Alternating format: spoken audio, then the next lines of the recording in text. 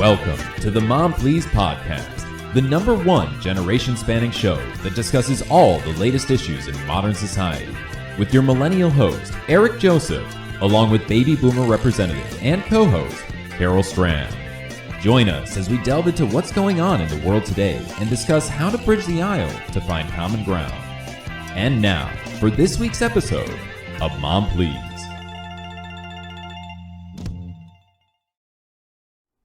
Hey everybody, and welcome to another episode of Mom Please, the discussion and debate show that spans generations and tries to make sense of everything that's going on in modern society.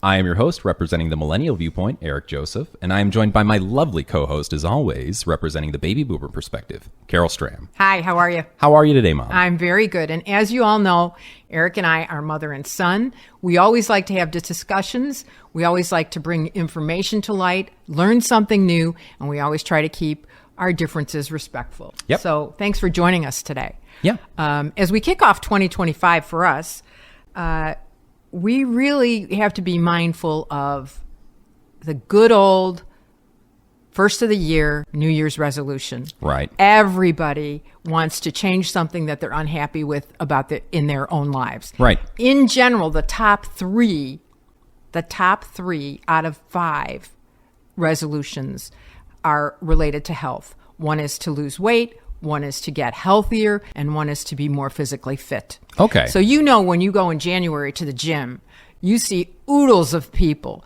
Now, according to Forbes, they found that resolutions generally last 4 months. I mean, that's not terrible. Hey, terrible. It's a third of the Isn't year. that That's pretty terrible? good. Not too bad, guys. But Could do a little better, I guess. And that people are conscious of trying to improve fitness and improve their diets. That does seem like a big resolution that a lot of people have. Yeah. At I mean, New other Year's. resolutions, the other top 5 have to do with financial situations. Really? All of them? Yeah. Oh, wow. Yeah. Well, out of the top 5. These are 3 out of 5. Okay. So there's, 2 But out of 5. so in light of that, we'd like to dedicate this episode to weight loss and the trends that we've seen over the years in that arena. Right. And in particular, the situation that we're in the United States. For instance, since 2013, obesity has been on the rise in the United States. And Definitely. I will say this. This conversation is going to be all about the research we've done. We are not nutritionists. Right. We're not doctors. We're not PhDs. We're not nutritionists. Right. We've done research. Right. But this is the research that we have found, and we just thought it would be thought-provoking and share it with our audience. But generally, the number of people classified as obese in the U.S. has actually dipped in 2023. We have officially passed peak fatness. Right. Way to go, America. Woo! Let's go. Okay, so researchers from the Computational Epidemiology Lab at Boston Children's Hospital looked at 16.7 million people, and they found that BMI, which is the body mass index, has actually fallen, and it's surprising. Well, we're saying, why is that? The drop in obesity seems to be largely in the southern states. Okay. And most between people age 66 to 75. So my demographic. The elderly population. Oh, well, not elderly, but retiree population. Let's call you the retiree population. How about that? That's a little nicer. And that it fell more amongst women than it did men. And there's a lot of data points to look at. They suspect that this decrease in obesity is directly related to the introduction of GLP-1 medications, which we're going to talk about at extensively length later on. Yes, we're going to get right into that. Essentially, you've heard all these words on TV. You've heard Ozempic, Wegovy, Mounjaro. Yeah, Mounjaro. Commonly or used. Zepbound.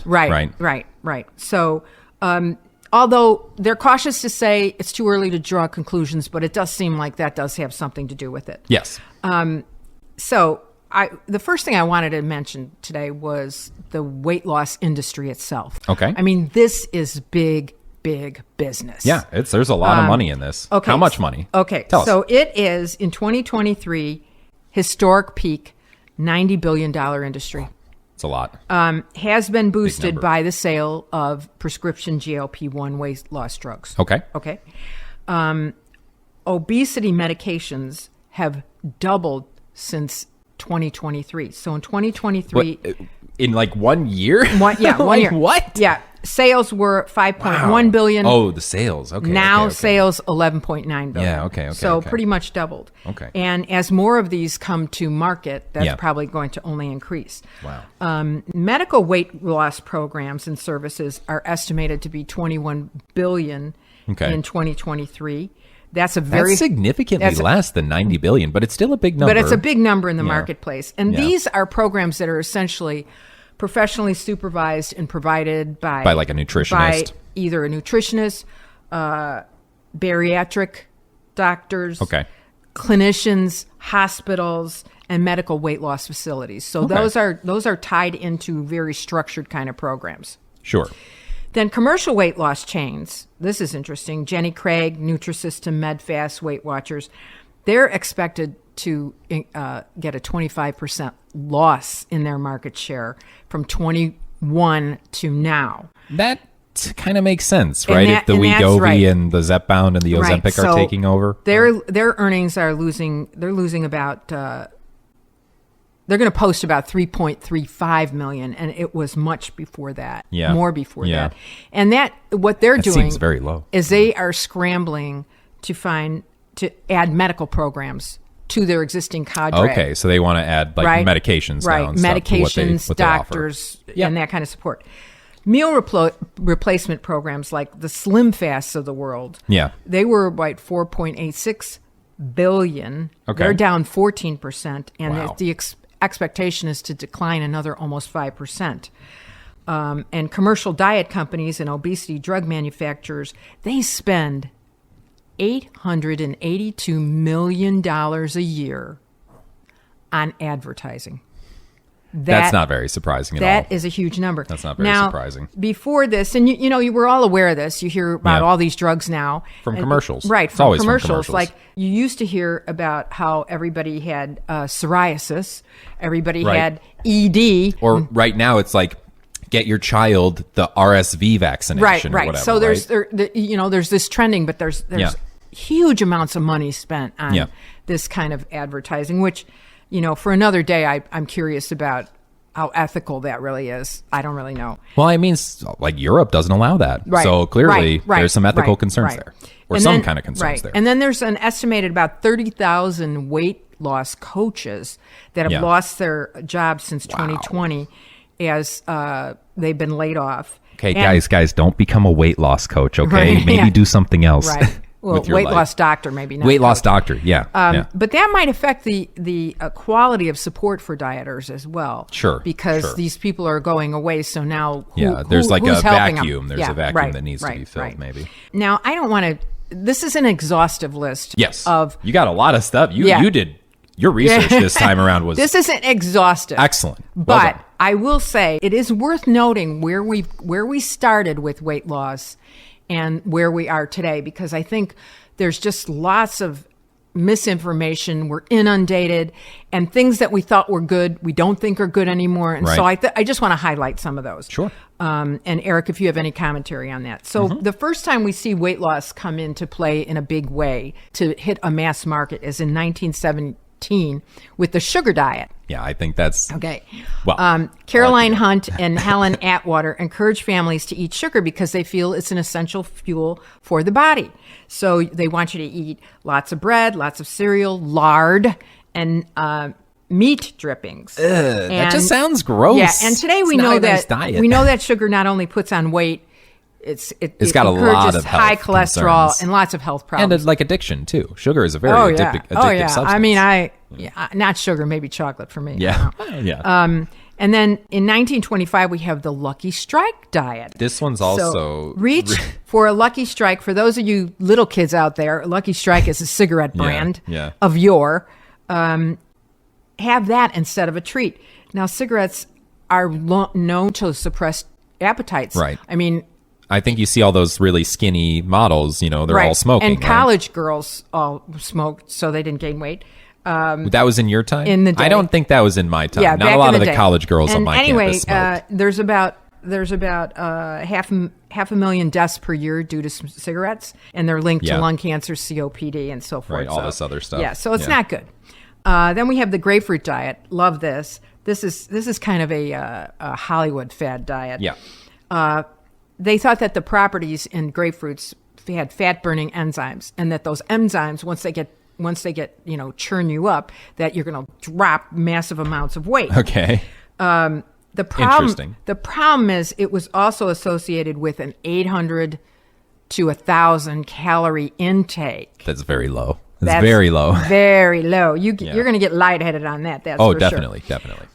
In the 1940s, I thought this was interesting. I didn't know anything about this. 1940s, food was rationed during World War II. Yeah, okay, that makes sense. And so people planted victory gardens to cheer on our boys overseas. Okay. And they would plant their own fruits and vegetables. So they're getting a lot of their nutrients right out of the ground. Right. And their own. And this was really a great idea to plant a victory garden. Yeah, have I think vegetables so. at I home. think that is good. I should plant a garden in my backyard or something like that. Or I think go to the farmer's market. Yeah, maybe. Yeah, that works too. And kind of hard to do in the middle of the winter here in Chicago. True. Okay. Yeah. 1947, there's the rise of frozen foods. And this is also interesting how this came to be. So these were essentially created as rations for the troops. Right? And then once the war was over, they got to sell those rations, these factories that are producing this, so they bring it to the American market. They switch the factories to produce these. Right. Okay, so the frozen food comes to, the masses. Right. And the beauty of that is that if you're in a pinch, a frozen food it loses very little nutrients. So frozen foods are actually still good. Yeah. So keep your green giant green beans and the your green corn beans, on the the cob. peas, Keep that. like all that stuff. That's okay to consume. Okay, that's nice to know actually. And then 1950s, again, Hollywood influenced this. The cabbage soup diet, where all you eat is cabbage and vegetables. Once in a while, and you're supposed to lose 10 pounds really quickly. No. But the problem is, and once in a while you can throw in a steak and a potato. But the issue with that is you're losing water weight. It's not like real weight. Right. You'll gain it back easily. That's something that I want to talk about later, though, the water weight thing, because I think that screws a lot of people up with their dieting. Yeah, probably. In 1954, though, then good old Swanson company. The TV dinners. Brings out the TV dinner where everybody's got the little tray and you're watching the TV and you're eating the fried chicken and whatnot. Very convenient. Very, very convenient. The problem? Full of preservatives and sodium. Yeah, that makes sense. So not the most healthy not food. Balanced. Not like good like the frozen vegetables. Right. Okay. And then in 1955, you're going to love this. I'm looking at They bring out here. the tapeworm diet. So you swallow a tapeworm egg and it'll hatch inside of you. And it will eat your calories away. And it is true. That seems really dangerous. You will lose weight, but it will eat everything else as well. Yeah, it'll eat you. Allegedly, the opera diva Maria Callas lost 65 pounds on that diet. Crazy, right? Guys, don't put a tapeworm in you, please. Don't put a tapeworm in you. Don't do that. Don't do that. Okay. Don't do that. Excuse me, in 1963, Weight Watchers comes out. New Yorker Jean Nidetch, she just really puts together a support group for losing weight. That's how it started. That's good. I feel like that's good. That was its origins. And so to lose weight and to keep the weight off. So, they provided all kinds of support systems. Today, it exists in 30 countries around the world. Wow. Has a nice, healthy market share. Yeah. And their plan now is eating smarter coupled with their support and exercise. Okay. Now, I will say this. I did Weight Watchers after I had probably after you, my second kid, right? Sure. And when I don't know the validity of the counselors, because one counselor told me, look, if you think you're going to eat a food and you have that food in your hand, you have chocolate in your hand, a Milky Way in your hand, just put some Comet kitchen cleanser on it and it won't be appetizing anymore and you won't eat it. And I was like, okay, that's what? Just thinking about that. Mom, please. I don't want to put soap on my food. That's gross. What? Who's? Yeah. Okay. That was a long time ago. Yeah. Then in 1970, we get the Sleeping Beauty diet. Okay. This did not last long because what this is doing is you're taking sedatives to sleep 18 hours a day. Oh, sounds like fun. Let's grab some horse tranquilizers. Yeah, this was made famous by Elvis Presley. Oh, no way. Yeah. So like he thought that he could combat like the peanut butter and jelly bacon like burgers with sleeping 18 hours a day. Right. I don't think it works that way. Yeah. I don't think it works that way. Okay. And then in 1977, we do have the Slim Fast diet come out. Okay. By the Thompson Medical Group, that comes out. And the idea is a shake for breakfast, a shake for lunch, and a sensible dinner, right? Okay. And then they founded all kinds of other products associated with Slim Fast. If you like the taste of the shakes, great. The problem is these kind of diets, usually you have boredom with them. Because like you're not eating You're doing the interesting same food. thing all the time. Yeah. And having shakes, having a liquid situation like that is not great for you, although they do want you to have one solid meal. One solid meal. Yeah. It's hard to sustain. And if you're on the run, if you're going somewhere and you just can't find your way to a healthy meal, bring a shake along with you and have it as a meal replacement, but not sustainable as a long-term way to live. Sure. Okay. I feel like maybe for me, like I could see myself having like 2 meals a day and 1 shake, but like 2 shakes a day does seem like it would be a little excessive. I don't know how that could fill you up. I don't think it would fill me up, but yeah, you know, I have a tremendous capacity. I would cheat. I would need to eat more. And then you gain weight. Then you just gain weight. In 1979, this Thompson Medical Group brings to market Dexatrin, which is, a pill. Yeah. It's over the counter. The FDA can't support it at all because there's no efficacy that it actually creates weight loss. Okay. So, and I think it's just like a little, like the stuff you used to caffeine pill of some sort. Okay. I don't really know what it's. I don't know the chemistry behind it. Okay. And then you have the Fit for Life weight plan by Marilyn Diamond. And this one is weird. This one is just weird. She's got some weird ideas. Okay. Yeah. Never combine proteins and carbs in the same meal. That's just like hard to do. Yeah. And never drink water with a meal. Also crazy. What? And dairy should not be consumed at all, and fruits should only be consumed for breakfast. I think she might be onto something with the dairy thing, because apparently the human body is not very good at processing well, dairy. Some human bodies, that's absolutely true. Yeah. But the bottom line here is there's no evidence behind it whatsoever that it works. I feel like a lot of these plans are just kind of the ravings of madmen and women, People, like lunatics. Somebody says maybe I can grab some of this market share. Yeah, I think that's what I don't it know. is, right? I don't know. I think that's what it is. No. And then in 1988, and this is funny because I have some experience with this, the liquid diet comes in. Yeah. And you just drink liquids for some ridiculous number of weeks. Oof. I don't know. Yikes. All liquids, all meals. That sounds 3 awful. meals a day, all liquid. Yikes. And then from that, you could put in some berries and some blueberries and strawberries, and then you can start slowly adding real foods in. Okay. Oprah famously lost 67 pounds on this years ago. So this was... I'm just going to say, I don't trust a lot that Oprah says. But here's the thing.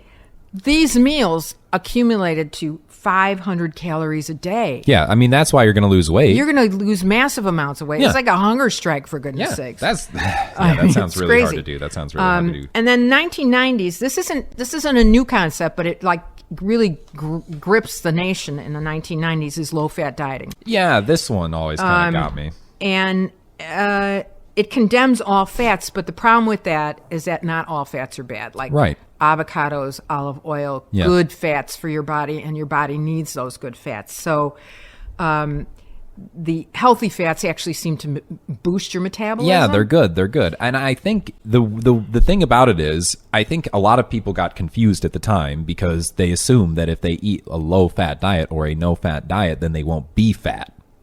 But that's not how it works. No. Or at least like a lot of these things were starting to come into more popularity kind of when, or at least I heard about like a lot of like the high school girls. The girls I went to high school with were all on like low-fat diets because they think it's going to make them skinny because they're not eating fat. Right.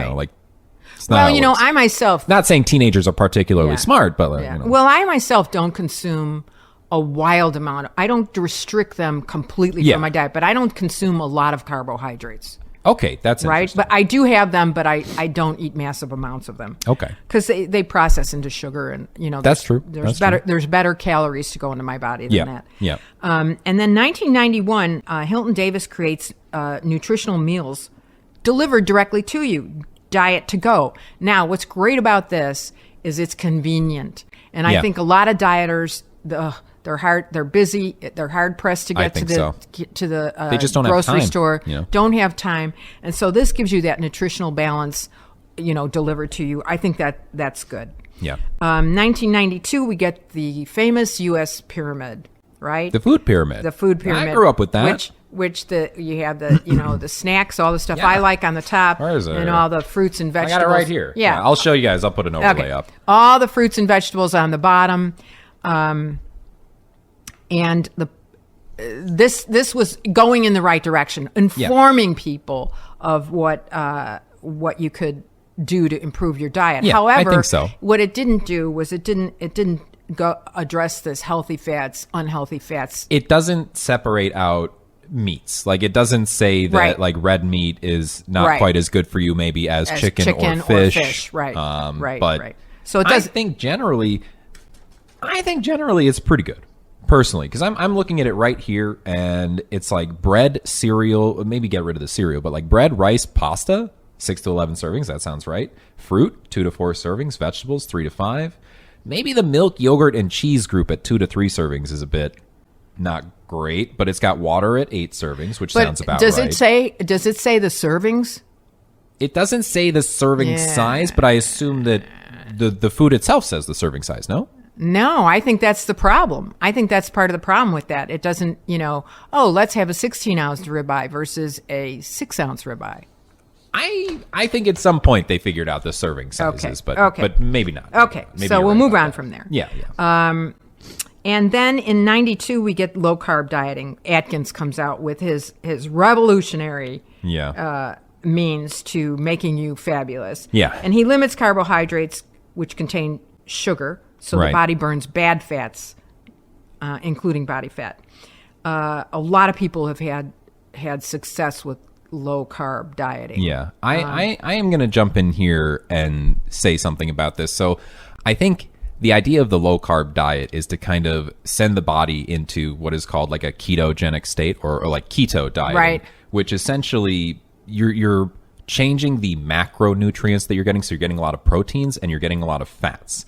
And then what the body tends to do when it doesn't have carbohydrates to use as immediate energy, it starts burning those fats. That's like the best next source of energy that it's going to go and burn. Right. And so if you put yourself into that state, it tends to like get rid of some fat on your body. I don't necessarily think that being on this long term is like great for you. And I have done a little bit of research on this, and most medical professionals agree that very restrictive carb diets can be very dangerous because carbs are an essential nutrient for your body. I think it's important to your metabolism. You have to supplement.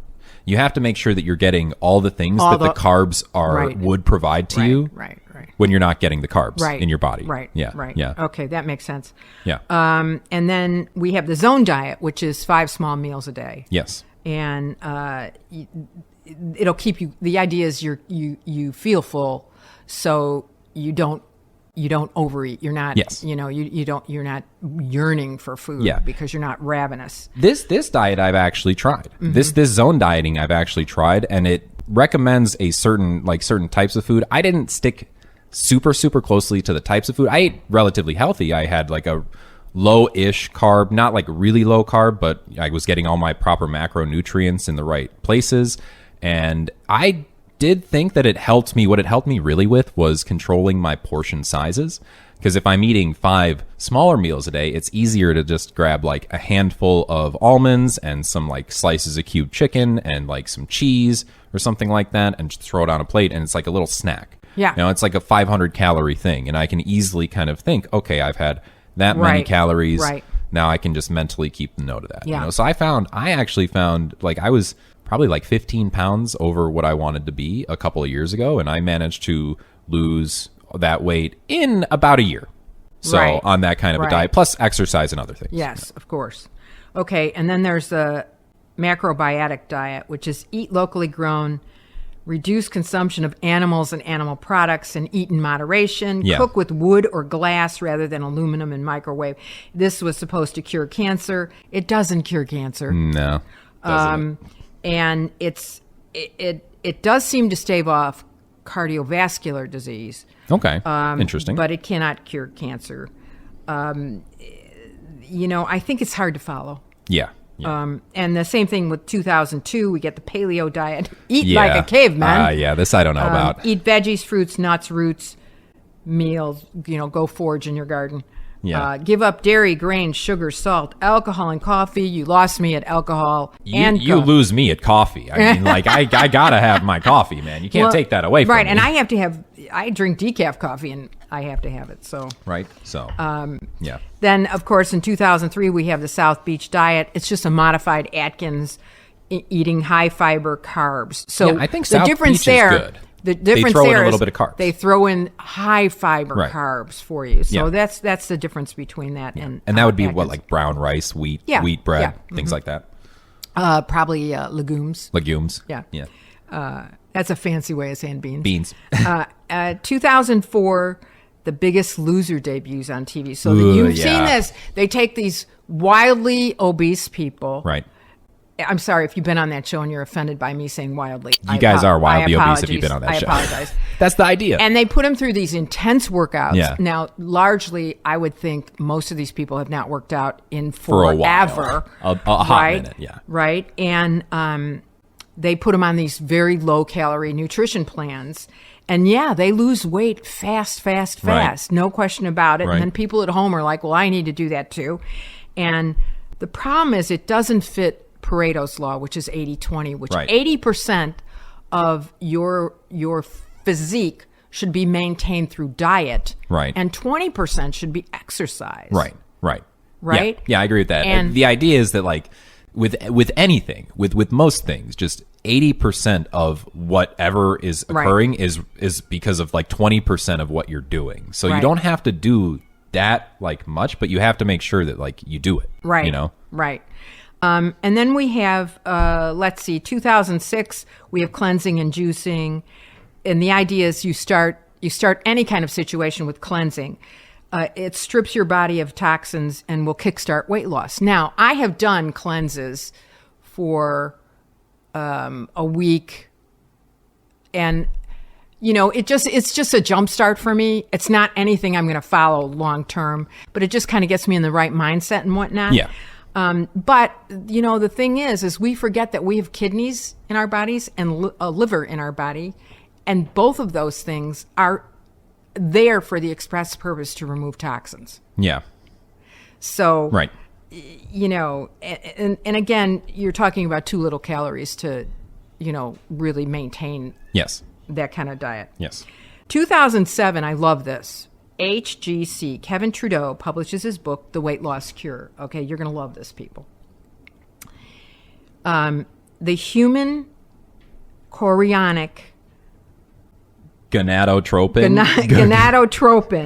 which is HGC, which is a hormone that all pregnant ladies have in them. Okay. You inject that hormone into your body with 500 calories a day, and you'll lose 1 to 2 pounds a day without feeling hungry. Even guys should put this in their body. Yes. And the FDA says... I don't know about that. It's fraudulent and dangerous. Yeah, obviously. So don't do it. Right? Don't do it. It's like directly inject estrogen into your bloodstream. Yeah, like you'll lose weight. It's like, I think that has different effects. I think that does different things. In 2011, to combat your pyramid that you're in love with, yes. the USDA changes it and comes out with My Plate. And it's a plate of food, and one half of it is fruits and vegetables. Yeah. And a third of it is, the rest of it is a quarter protein and grains. Okay. And then dairy on the side in a little bowl. Yeah. The idea behind this is that it's actually showing you what portions should look like. Because if you go to that's good, actually. If you go to like, some of the restaurants, TGIF Fridays or whatever, the portions are, insane. They're big. crazy big. They're big. So, it's hard to know the proper amounts to eat when you actually try to. I think a general rule is if you go out to a restaurant, don't assume that they're going to feed you healthy food. They want you to like the food. Right? Well, I have a whole riff on this as well. I mean, I think the problem that we've had so much preservatives put in front of us and so much additives put in front of us and so much secret sauces that we have forgotten how just darn like regular good, food a tastes. regular tomato taste. Yeah, Or, yeah. we forget what the taste is like of a regular piece of whatever it is you're eating, that is quite tasty and delicious. And then in 2013, we did get the gluten-free community come in. Except if you're celiac. Okay, so it's a $10.5 billion industry. Yeah. Right? Yeah. So it's big. And, it upsets people's stomachs and indigestion and health issues. Sure. But less than 1% of the population suffers from celiac. Which is you can't have like any gluten, right? Right, that's no gluten. Like gluten could kill you, right? Yeah. But, I do know people, we have people in our family. I know a guy who has celiac. Who had, not celiac, but has IBS or whatever, and they do have to watch their consumption in this arena. Yeah, I don't know. 2015 is the first introduction of a calorie counting app.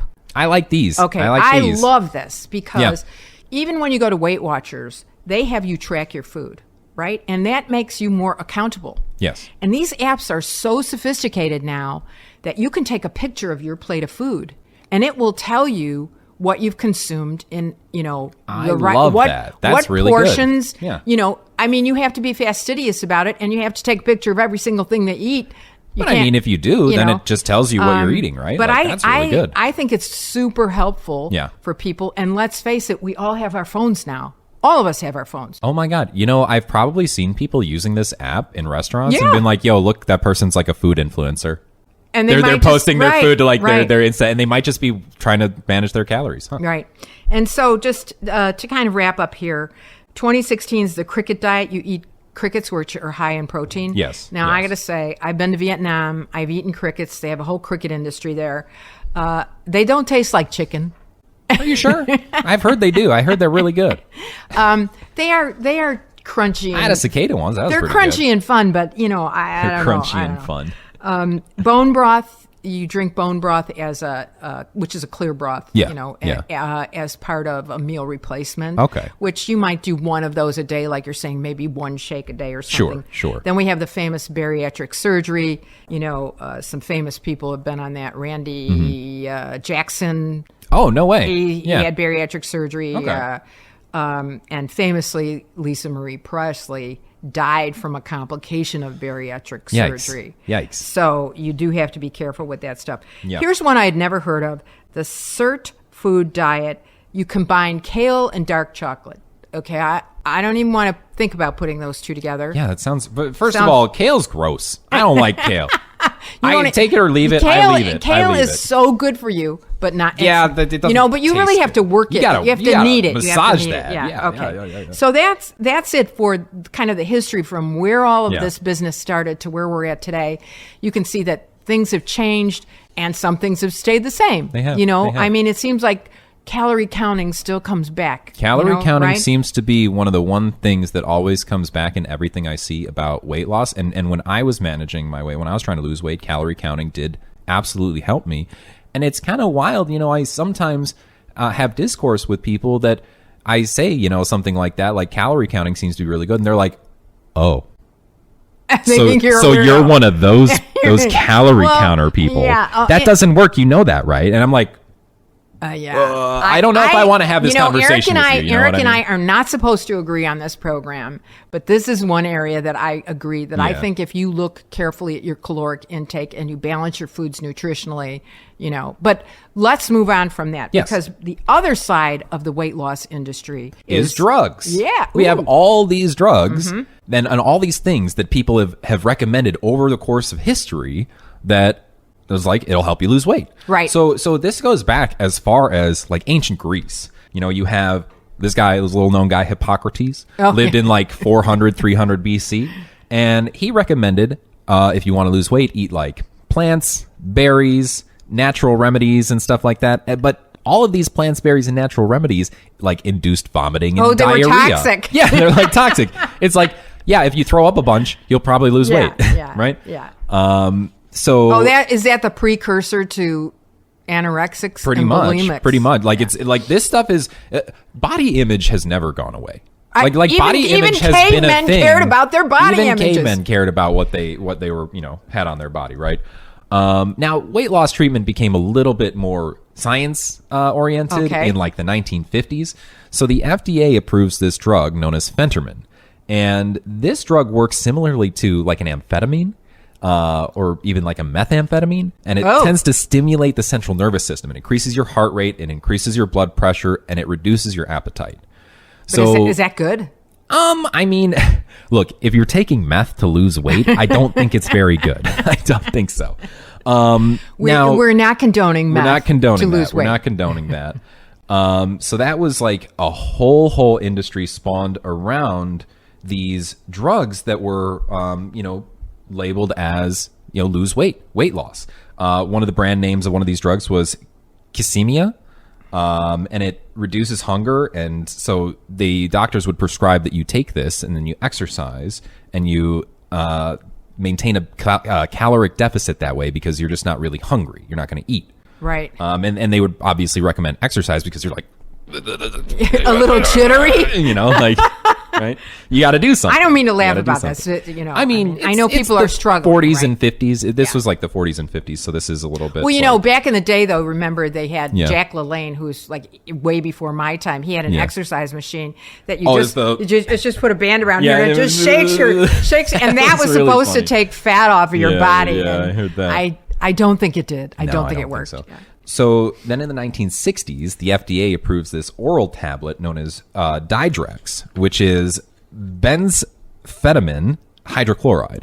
And you guys will probably start to notice a bit of a pattern with the phetamine or amphetamine part of these drugs. I'm just going to point that out now.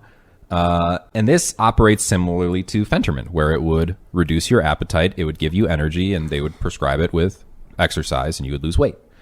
In the 1970s, the FDA approves Bontril PDM, and this was in 1976, specifically for treating obesity. Mm-hmm. So it's a drug that stimulates the central nervous system, but also, and I think this is pretty common with drugs that do this, there was a higher risk for pulmonary hypertension, which is a rare and life-threatening disorder, and I believe that that's basically like it could give you a heart attack. Right, you can get a heart attack. You can get a heart attack from taking it. Right. Now, this drug, actually, you can still get this as an oral prescription, and it's not popular because of the associated issues, right? But it's still there. It's still available. Right. As prescribed by a physician. Yeah, as prescribed by a physician. Yeah, it is a prescription. It's not an over-the-counter thing. It's not an over-the-counter thing.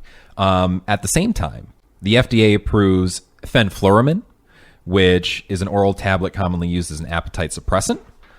In the 1980s, over-the-counter appetite suppressants become more popular. Mm-hmm. And this is kind of where I think things get a little bit dicey and questionable, right? So drugs that have the compound phenylpropanolamine or phenylpropanolamine. Yeah, I said that right. Right. Good job. Good job, Eric. Are proliferated. And eventually the FDA pulls approval of the drugs because there was major associated issues of brain hemorrhaging, aka stroke. Oh my gosh. Right? So you could have a stroke while on these drugs.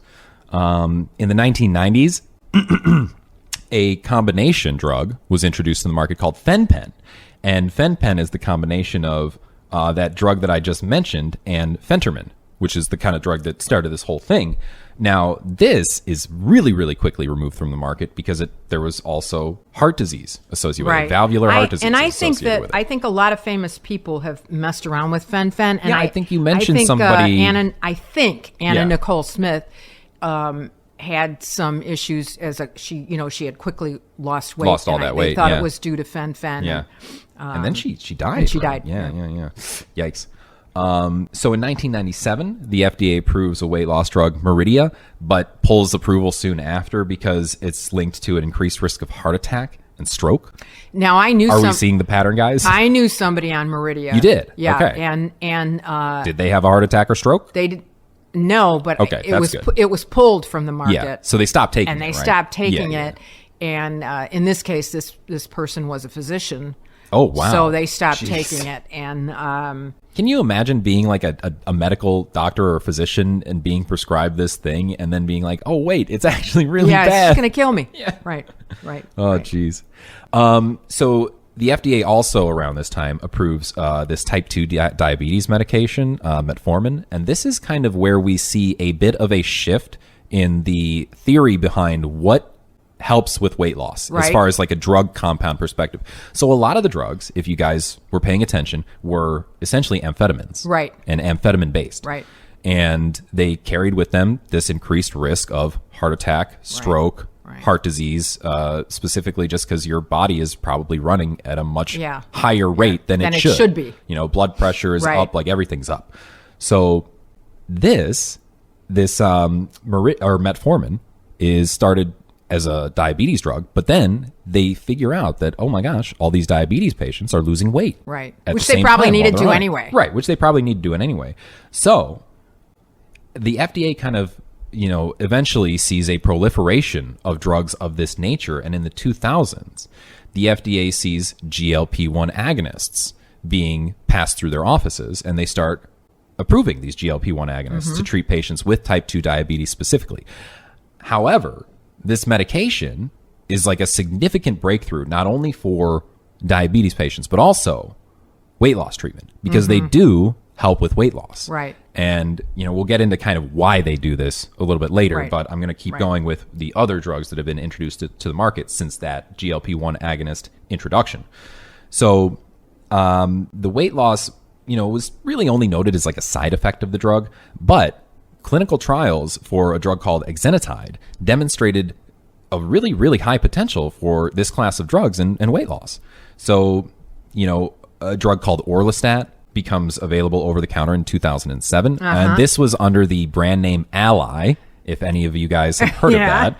And, you know, this is a better side effect probably than heart attack or stroke. I think this is better than death, but still, a lot of people reported a side effect of oily rectal discharge, which is basically like anal leakage. Well, and not only that, it's like you didn't know if you were passing gas. Instead of passing gas, you were pooping your pants. You were pooping your pants. Yeah. So I talked I talked to a family member of mine, and he went on Orlistat back in the day, and he confirmed that it did give him those oily, horrible. awful. Now, so, you know, the other thing that you may remember this during that period of time, that I think it was Jay's or Lay's chips. They made these chips out of Olestra, which is this product. Orlistat. Oh no! And so people loved them because they had no calories, no carbs, no fat. And instead of eating a portion of them, they would eat the entire bag. Right. And then they had, guess what? Diarrhea, cramps, and flatulence. Surprise. That was finally taken out of those foods. Yeah, that's good. And that good. was done. So yeah, there was this like doctor that, you know, when he was describing this to people, he's like, just, you know, your body doesn't really know the difference between a fart and oily anal discharge. And I'm like, wow, what a lovely quote about this class of drugs, huh? Anyway, in the 2010s... What did they call that, Eric? The alley-oops. The alley-oops, yeah. I mean, right. Pretty gross. So, in 2010, the FDA gets more of these drugs through their office, and they approve Victoza in 2010. These are all GLP-1s. These are all GLP-1 agonists. These are all GLP-1s. So, Victoza in 2010, Saxenda in 2014, and this is the one I think people are most familiar with, Ozempic in 2017. And then also Rybelsus in 2019. So these are mostly prescribed for diabetes patients, but also Saxenda was actually specifically for obesity. It was specifically made for weight loss. So in the 2020s, I think other companies kind of keyed in on that, and the next generation of these GLP-1s come out, and it's Wegovy, Mounjaro, and Zepbound. And the family member that I was talking to earlier is on Zepbound right now. So Billy has been on Zepbound for basically high lipid levels. It's not strictly obesity related. Oh, yeah, right. But he has high lipid levels. It takes care of a lot of stuff. And so the side effect of it is he is losing a lot of weight. Oh, yeah. And I'm sure that he appreciates that, you know, but... I mean, I don't know the number. I know him, but I'm thinking it's 100 pounds. I think he said like at least 60. Like from his heaviest to like where he is now. So yeah, it's extreme. It's pretty extreme. So the active compound in these drugs, this is kind of how these work, is called semaglutide, which is the same active ingredient as was in Ozempic and Rybelsus. And these help in restricting your appetite to an extreme degree. It basically controls the level of insulin that is being distributed throughout your body. It makes you feel like you're full. Right. Like insulin is the primary appetite regulator. It is what tells the brain, hey, you are hungry. And so if your insulin levels are being managed, then your brain doesn't send those signals to the rest of your body to tell you you're hungry. You don't get those, what people call starvation symptoms, which is essentially being hungry, right?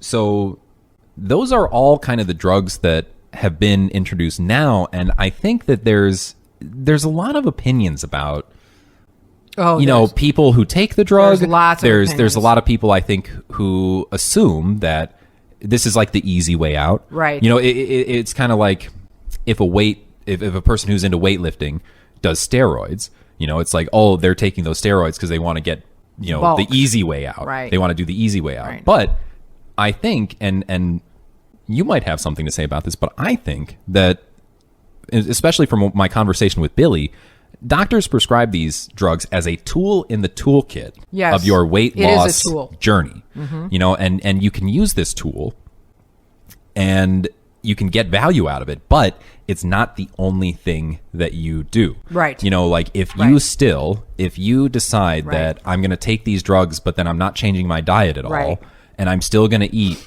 like French fries and tiramisu all the time, then that's probably not, it's not good for you long term. I knew somebody that did that with bariatric surgery. Had the bariatric surgery and then came out of it and just ate a bunch of junk. They just went straight back to it. And yes, lost weight, but not healthy. Yeah. Not healthy. Yeah.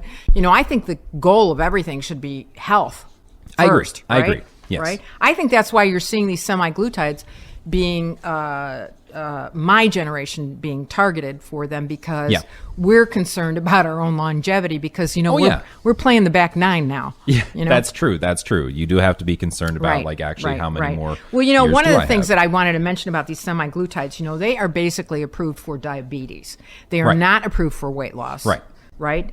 But in 2026, the Biden administration has proposed legislation to provide GLP-1s for weight management under Medicare and Medicaid. I think that's really good because Billy, since his issue is a lipid issue, his medication is covered. Right. It's actually covered. And this is a medication that's like $1,300, $1,500, $1,100 a month. A month. Something like that. So this is an expensive medication. Right. It's not, and that's kind of the sad part about it. It feels like a rich person solution almost. It is a rich person as long solution. as you're like not. Right now it is. Yeah. Right now it is. And however, this legislation that's proposed has to be greenlighted by Trump. Oh, well. So, it depends on is that going to happen? RFK, what he thinks about it. Yeah, I guess so. So Eric, where do you want to talk about that? Do you want to talk about weight loss in general? Do you want to talk about journeys? What do you want to talk about? Well, I mean, I don't want to share with our audience anything that you wouldn't be willing to share with them. But you have shared with me something that, right. Okay. Do you want to talk about that right now? Well, I'll just tell you about my weight loss journey. During, I've always, in my opinion, bordered on, okay, I'm getting a little chubby. So ever since I've been a young person, I have restricted calories over time, done some, after I had babies, So you've been conscious of this for since you were like a teenage girl? Since not teenage, 20s? Not teenage, 20s. 20s, okay. And, I was a big athlete in high school, and as soon as those athletics went away and I went away to college, I gained weight. Yeah. And so from that point on, I was conscious of it, and I worked to be healthy, not just dieting, but exercising too. I've been a lifetime exercise person. Yeah. Okay. So, but, and then our friend COVID comes along. Yes. In 2020. Yes. And everybody's sitting around at home. Yeah. I'm doing as much as I can, Right. But I think during that time we're all getting fatter because people are just sitting around. That kind of is why America hit that peak fatness. And I remember going to the doctor, and I was kind of complaining about, at that point, like 8 pounds. Yeah. And I think it ultimately topped out at 12 pounds. Okay. So not a ton, not a ton noticeable of weight, for you. But noticeable. Right. And I'm going to the doctor now, annually, and the doctor is saying, your weight keeps going up. What a jerk. What the heck, man? Well, I mean, they want to tell you what's going on. They're saying, well, look, it's not affecting things now, but there are things that it is starting to affect in terms of my blood work and whatnot. Okay. Yeah, of course. So I decide finally, okay, I'm going to take care of this. So after COVID's over, I go after this for a whole year, and I cannot budge the dial at all. And what are you doing to try and do this? I'm exercising. I'm eating right, and nothing is working. Okay. Right? And do you know, were you restricting calories at all, or were you counting calories? I wasn't counting calories as much as I was trying to just eat healthy foods. Eat healthy foods. Okay. And just stay away from junk. Okay. And eat instead of having a instead steak, of a fried chicken, you're having a grilled chicken breast. Right. Or instead of having a steak, I'm eating just almost exclusively fish. Okay. So I'm really going after this. You know? Yeah. And more vegetables than fruits. Okay. Right. Yep.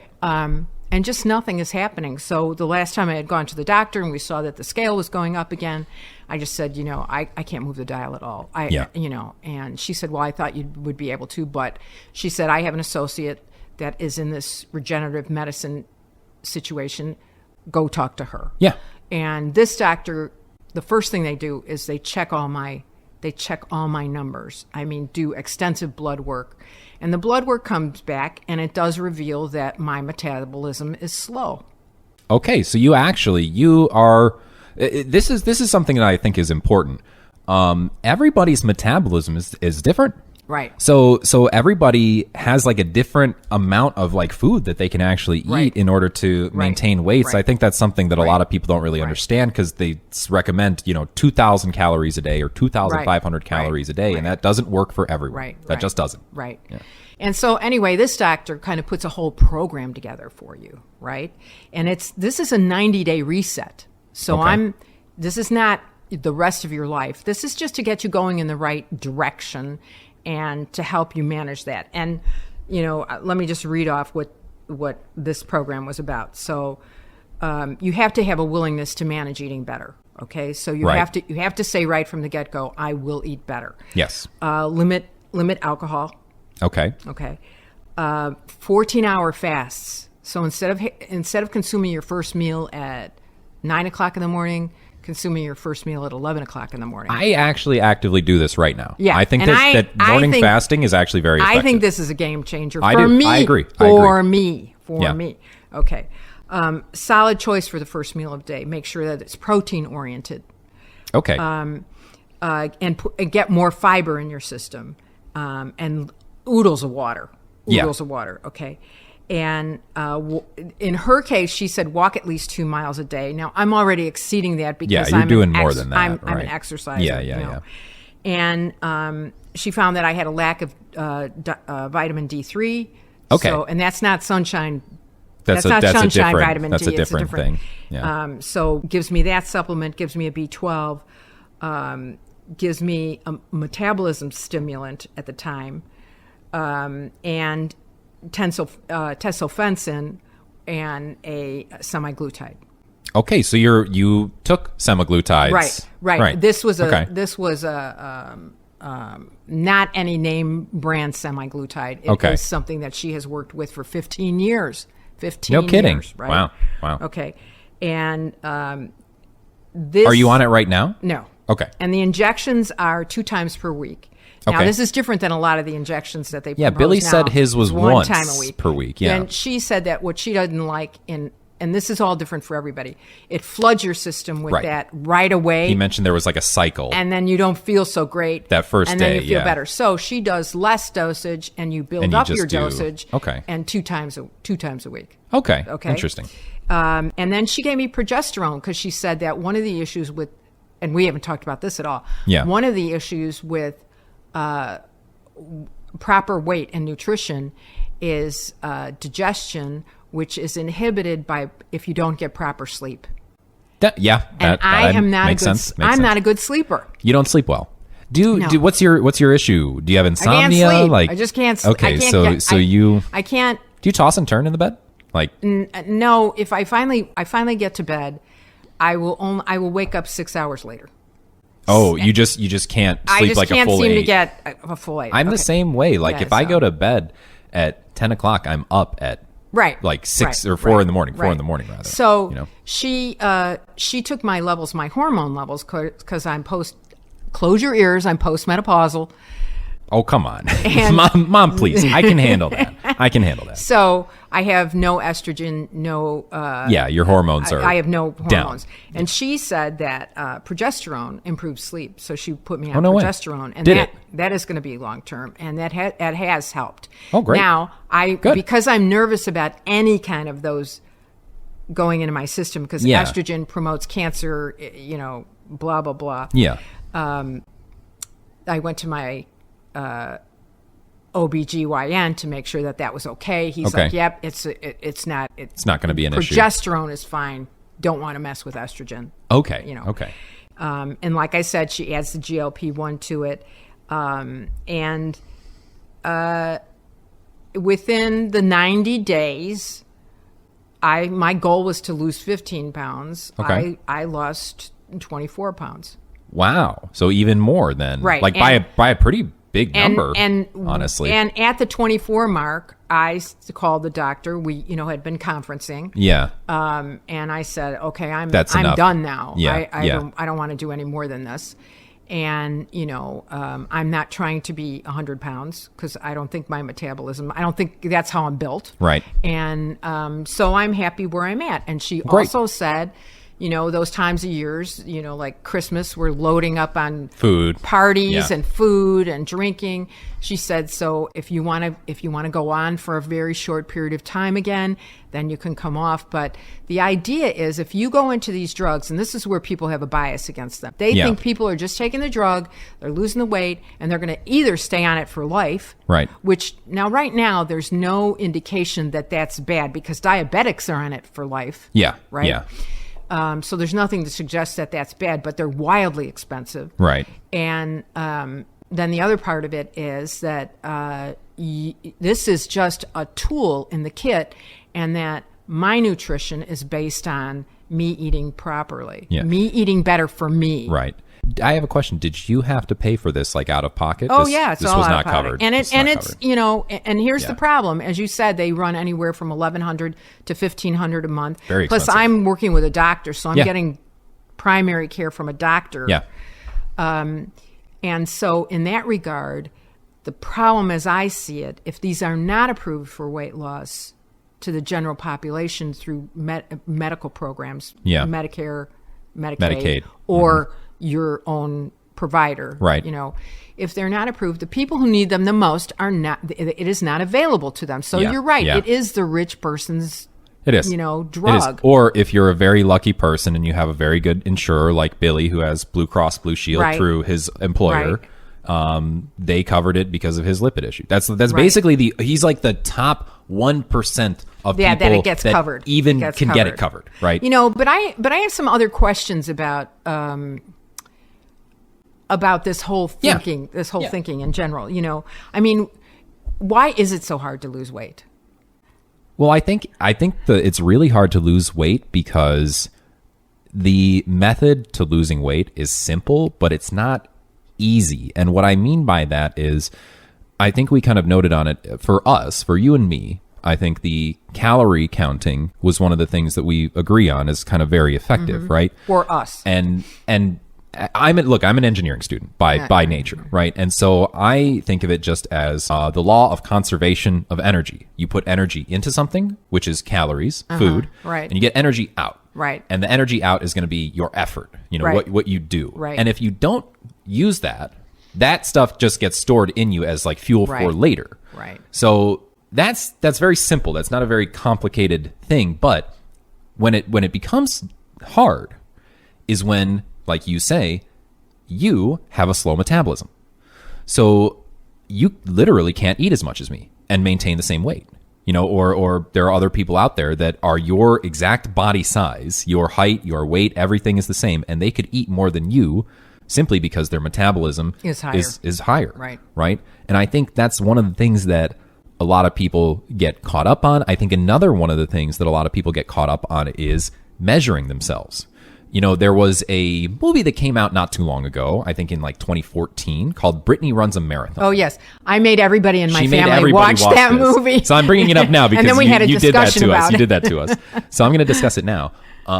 At some point in the movie, Brittany, the premise is she's trying to okay, so this girl is like wildly unhealthy. She's like partying a lot. Right. She's drinking a lot. She's eating a lot of bad foods. Her doctor basically tells her, like, if you don't change your ways, you're probably going to, not perish. Yeah, but basically, you're not going to live that long. So she's like, okay, well, I'll run a marathon. That'll be the way that I do it. And I think, at some point in the movie, I think at the beginning of it, maybe her motivation is mostly like weight related, like that there's a number that she wants to hit, that she wants to see on that scale. Right. But at some point in the movie, she grabs the scale and she tosses it. Right. She gets rid of it because I think the scale lies to you. If you are not very diligent about taking your weight at the exact same times of day, your weight fluctuates wildly during the day. Yeah. Like I can go plus or minus 5 pounds. Like 5 pounds, right? Depending on what is inside of me, if I've eaten, if I've drank something, if I haven't gone to the restroom, so too much information. Yeah. I think if you want to keep track of that a little bit better, measure yourself right in the morning, like right after you wake up, see what that number is. Then measure yourself at night before you go to bed. See what that number is. See what the difference is between those two. Because I hear this from tons of people where they're like, oh, I went on this diet, and I'm on it for a week and I gained 10 pounds. And it's like, that's not real weight. You probably measured yourself in the morning when you're at your lightest and have nothing in you. Right. And then measured yourself at night, like a week later, and you're like, I gained all this weight. But I like the idea. Personally, I like the idea of taking a scale and not being a slave to the scale. I like the idea of feeling feeling like you're... How does your body feel? Yes. I think. How do you feel? How do you feel? And do you have more energy? And do your bones ache a little bit less? And how you are feeling in general. Yeah. I like that much better than than looking at the scale. I agree. I'm also a big fan of tailor your exercise program to be something achievable. You like. Yeah, make it achievable and make it something you like doing. I mean, if you hate what you're doing, just say, "Oh my gosh, I can't do this." But if you really like it, I mean, you can't look at it as a burden. You have to look at it. It shouldn't be something that is a punishment. It should be something that you can enjoy. But I think it's hard to lose weight because it is a huge commitment. That's true. It takes time. It's not easy to follow. You have to go shopping for foods. Yep. If you're a busy person with a family, the easiest way to put a meal on the table is McDonald's and Burger King and Kentucky Fried Chicken, and it's as unhealthy as the day is long. And and particularly in McDonald's case, they are marketing. Yeah. They are marketing to your kids so hard. Right. I wrote this down. Like, if you think about the average McDonald's meal. Right. What does it have? I don't want to know. What does it have in it? Okay. Secret sauce. A super, here we go. It's got super high calorie dense food with a ton of sodium, full of saturated fats and sugar. You have a fatty burger, right, that either has ketchup on it, which is sugar, or mustard, or both usually with a McDonald's burger, or it might be some kind of mayonnaise, which is like their special sauce. The pickle's not fattening. Right? The pickle's okay. Then you've got French fried potatoes, just dunked in sizzling oil, which we definitely know that dunking things in oil is like the fastest way to make a food unhealthy for you, right? And then a 44-ounce Coca-Cola. Quite tasty. It is tasty, but it's horrible for you. And then a 44-ounce Coca-Cola, which has like 200 grams of sugar in it. Yeah. I mean, your teeth are going to fall out. Yeah. And if people are eating that all the time, it's not really that surprising why it is hard to lose weight because you are, and you're getting addicted on those foods as well. Like other foods aren't as appealing to you. There's actually, there's a series of commercials that are airing now in our area that are like, this company that wants to put everything in chicken nugget form. And the commercials are like, we love it. You love it. Put it in a nugget. We're going to take some jalapeno peppers in a nugget. And it's I haven't seen that. Literally everything is in nugget form. And it's kind of because like a lot of the kids, a lot of like the Gen Zers were raised on a lot of like just their parents giving them like nuggets and stuff like that. And they have no palatability for other like healthy foods. They would look at a salmon and go, ew, no that thanks. looks gross. Yeah. Right. And I think that the GLP-1s I'll be the first one to say this. I think what will happen with this is that every doctor in the universe can prescribe this. Yes. And I also think that that's a mistake. I think it should be a managed tool and a toolkit that is provided by somebody who has worked in this area and has some experience. I agree. And has like your doctor who's been using this for 15 years, right? Yeah. But I think, if you look at a healthy lifestyle, you have to look at it. You have to get up and move. Yeah, I think so. And that gets harder. Okay, it gets harder as you get older. For you little youngsters, this gets Yeah. harder as you get older. Yeah, I mean, because your body's not as cooperative anymore. Right, You can't do right. the things that you used to do. Things hurt. Things don't stretch as far. Yeah, right. and I mean, you're not as strong. Right. Yeah, All of that, and treat yourself to those high-fat foods in moderation. Every once in a while.